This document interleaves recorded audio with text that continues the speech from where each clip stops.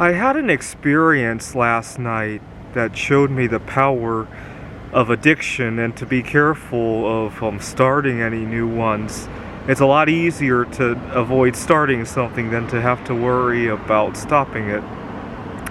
I'm actually in central Washington right now. I'm on my way home from Missoula. I got a meeting in Seattle, and then I'll probably head back to the Rockies because I'm going to be working remotely. You see, 17 years ago, I started eating healthier. One of the first things I changed was I stopped drinking soda, and I started cutting all sorts of crap out of my lifestyle, right? Sugar, MSG, trans fat. Trans fat has since become illegal in the United States, but it used to be very common.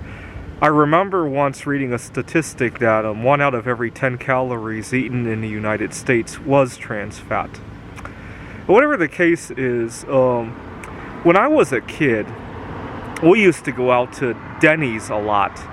I lived in Pittsburgh, Pennsylvania. I'm not sure if all of my viewers have Denny's in their hometown, but I used to get the chicken nuggets, and so I haven't eaten that stuff for almost 2 decades. And last night, all of a sudden, out of the blue, I get a big craving for that stuff. And I could almost taste it in my mouth.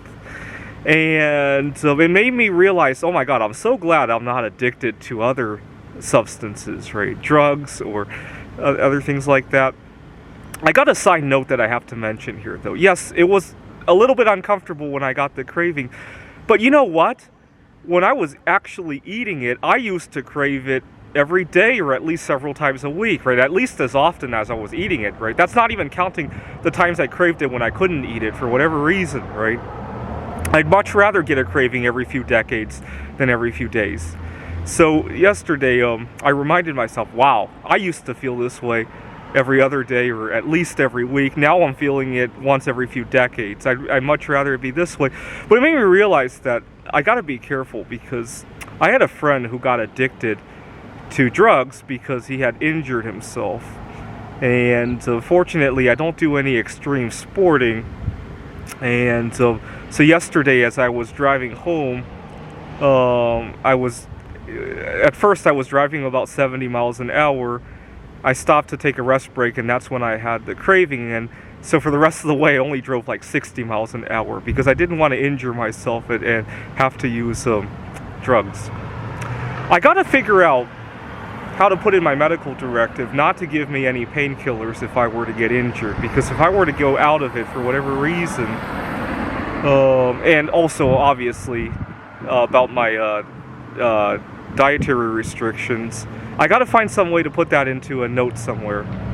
I've been putting this off for too long, and I think after the coronavirus, it all taught us that we're not always in control of deciding our medical care. Anyway, I thought a little food for thought. I hope this message reaches young people before they reach for their first cigarette or their first cocaine or whatever, right? Or anybody who's just recovering from an injury and thinking about painkillers. Thanks for watching.